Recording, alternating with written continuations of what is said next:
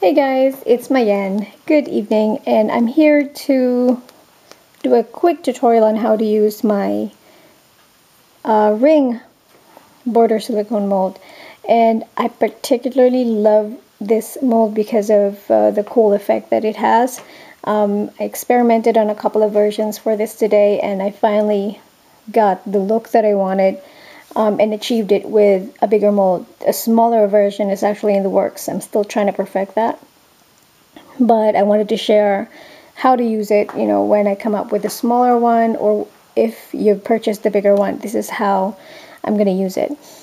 Well, first we're going to need either fondant or gum paste, so let's use fondant for this one. Roll it into a sausage shape and start from the middle and then press it out. Now there are a couple different ways to do this. Some people try using it from, or pressing the fondant in from left to right, which is what I normally do. But for this one, this way actually works better. I've tried it a couple ways, and doing it this way keeps the details more intact for some reason. Okay, now in making the mold, I had a couple of versions. One is a hollow center, so the mold is actually just the rings, and that was theoretically what I wanted, but it was so difficult to get the set ready and taking it out, without spending too much time, waiting for it to dry. And when we're making a border mold, the last thing you want to do is, wait for so long for, 6 inches of fondant before it sets. So I really needed it to be something that we can use fast and still have the detail there. So let's flip that over. I'm going to tap it out from one end and squeeze it out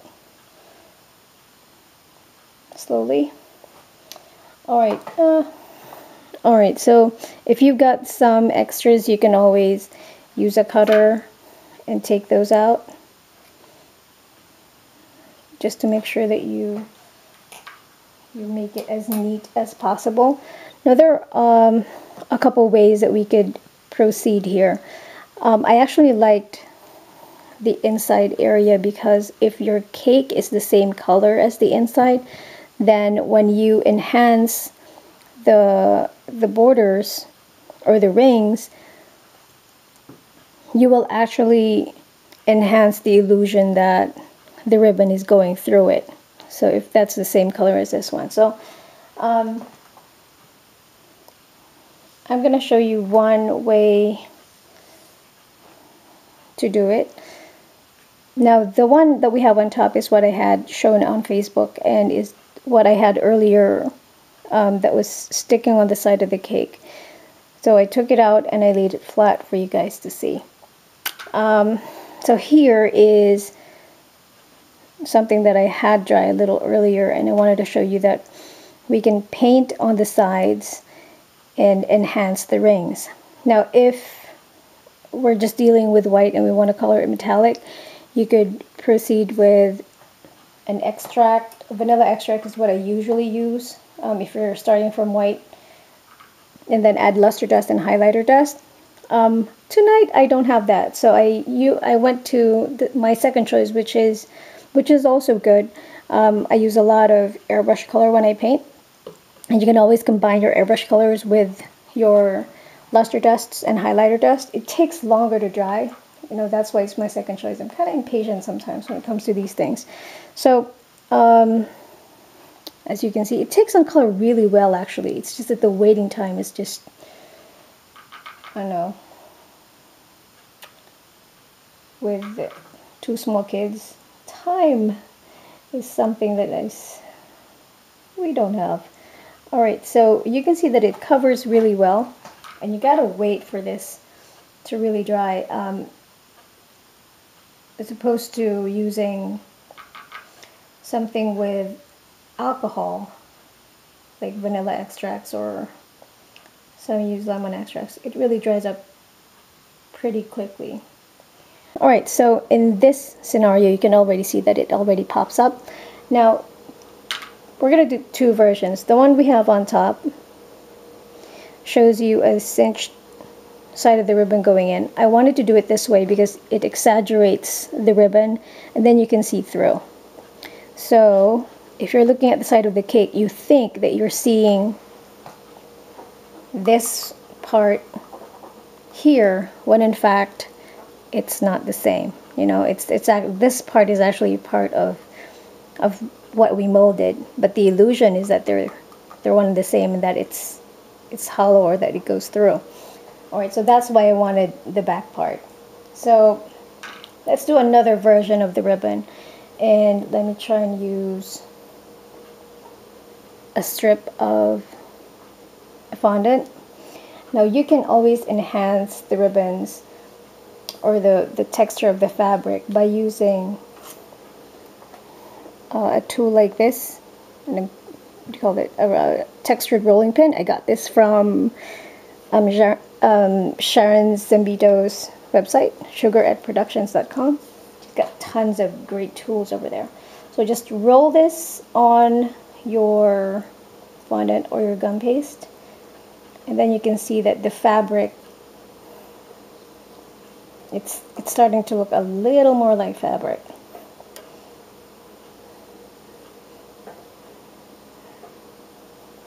Alright, this has been standing here for a little while. Alright, not as nice as I would have wanted it, but anyway, make an estimate of how much we need and trim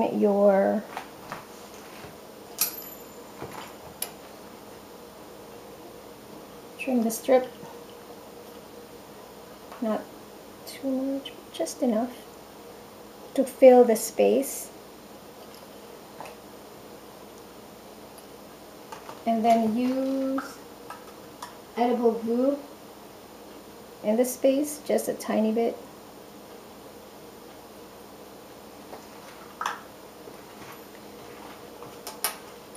And then do an estimate of how much we need. You know, I apologize for the lighting. It's like 1:30, 1:45 in the morning.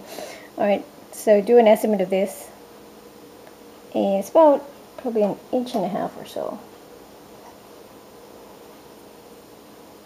Alright, too much. Right. And then we're going to do, maybe 2 of those. And then when you do that, instead of just laying it like this, try to do a little bit of a cinch and not too much. And I got this recommendation from Abby Rowland. It's a very good friend from Canada. Alright, so like that. And then since we have glue here, it's going to stick. You don't have to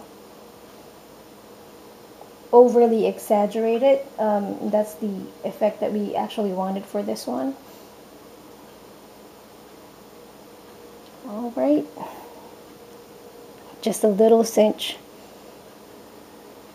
or pinch at the very end.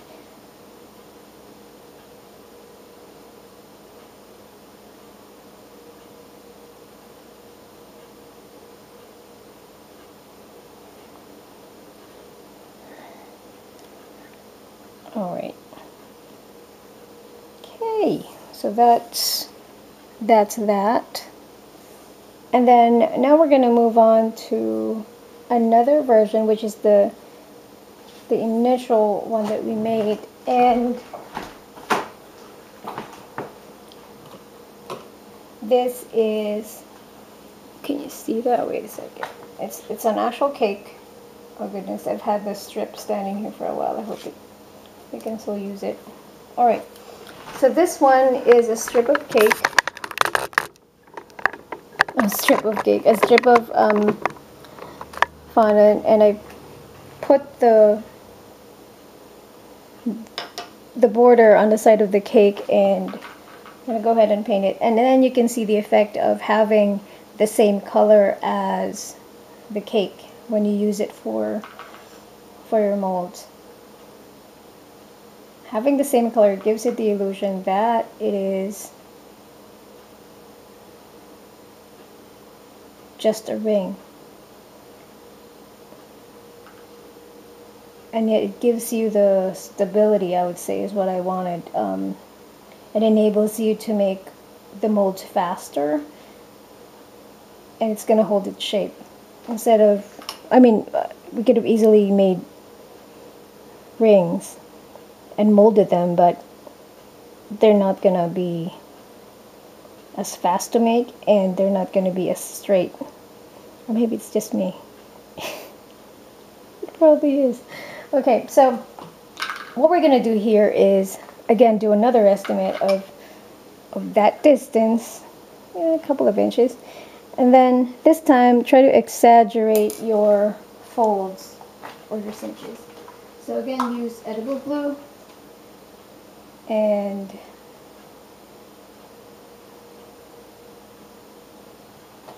dab it, and then do an exaggerated cinch, so like really pinch it. Now this way, when you do it this way, part of the back shows through, right? And then cut the excess.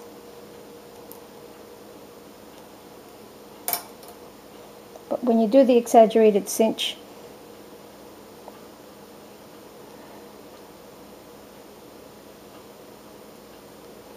then it also gives you a little bit of the back, and to me that heightens the illusion that it's hollow. Right, my gum paste, I actually used gum paste here, so it's not really bending as well as I want it to be, but there you go. Alrighty, not perfect, but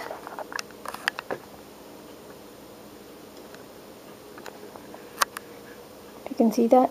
Now, another thing I would want to see is having the whole thing cover the cake, and then, or cover the bottom of the cake, and have probably a ribbon instead of just these. It just kind of ties it in. Alright, well, that was pretty long.